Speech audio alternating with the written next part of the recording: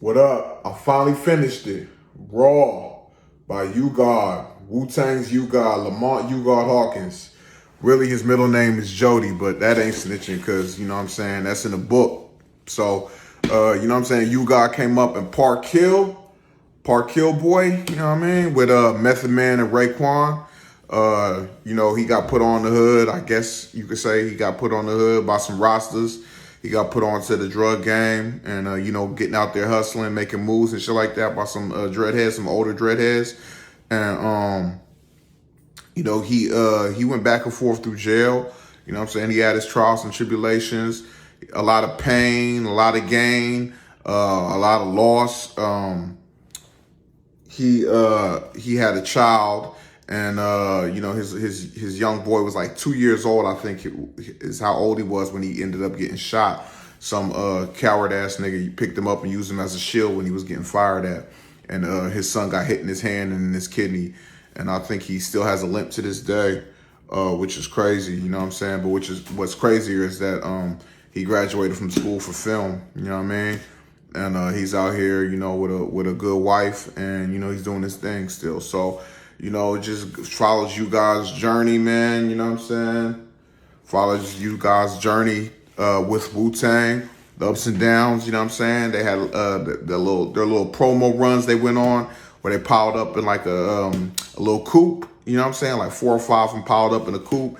And they go city to city on this little tour, you know what I'm saying? When they were first getting big, doing radio spots. I think it's some spots were like bars, little clubs and stuff like that. You know what I'm saying? Now, I'm not gonna give away too much, but you know they got in the shootouts in Texas and a lot of other spots, bar brawls, crowd riots, janky promoters. You know what I'm saying? You name it. You know what I'm saying? They've been through it. And this was what 92, 93, I think. And so UGod ended up going to jail. You know what I'm saying? He ended up getting locked up. And twice, you know what I'm saying? He went to jail. And then the second time he got out, he did a 3-year bid.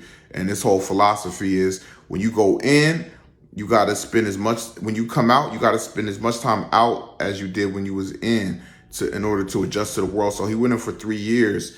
And so when he came out, it took him about 3 years to get his pen game right because he had to go into the studio, record for 36 chambers, you know what I'm saying?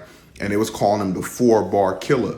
You know what I'm saying? Like he wasn't really he was kind of offbeat a little bit, you know what I mean? And he wasn't holding it down like the rest of the clan was, you know what I mean? So he got tired of that name. He got tired of them kicking him out the booth.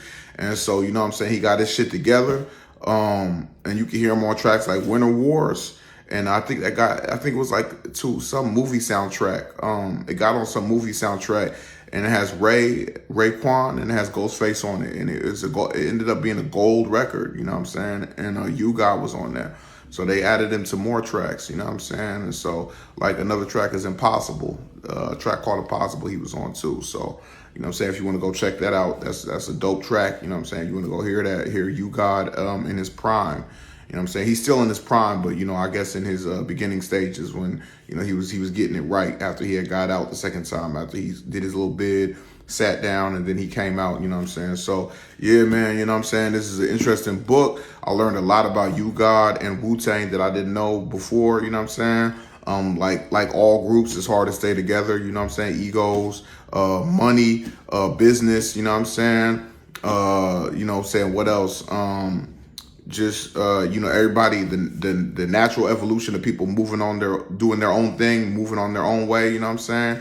But Wu-Tang has a lot of memories, you know what I'm saying? And their seeds are all living off of their music, you know what I'm saying? So they have that tie right there, you know what I'm saying? Wu-Tang is like a blood tie, you know what I'm saying? So it's good to read this and get inside you guys' mind and get inside his life, you know what I'm saying?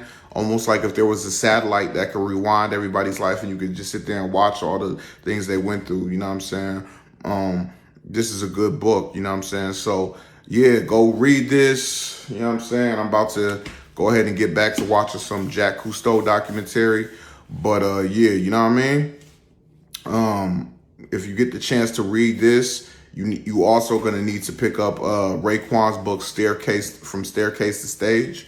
And I think because UGod UGod is the first person who put out a book from the Wu-Tang Clan, an autobiography.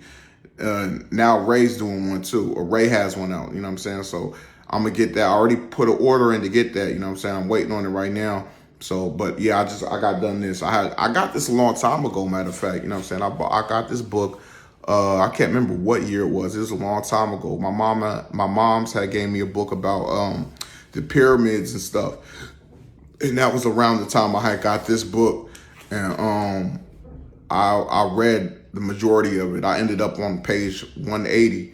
And so I just now finished it, you know what I'm saying? 2022, end of 2022. So yeah, I suggest you go get it, man. Enough of me talking, man. All right, peace.